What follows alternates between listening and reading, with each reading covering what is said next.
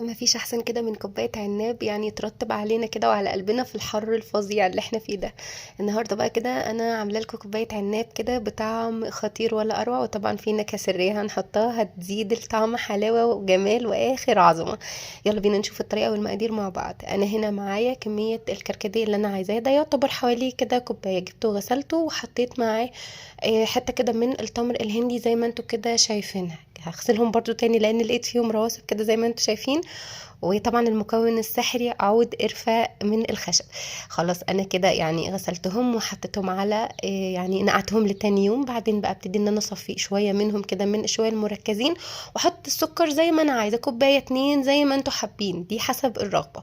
بعدين اخد بقى شوية المركزين دولت كده ابتدي ان انا اخففهم بقى بمية، وبعدين بقى اشبرهم بقى. انا مش عايزة اقول لكم طعم القرفة مع العناب بقى مع الكركديه بقى يعني فظيع يا جماعة، وخدوه هو مشبر.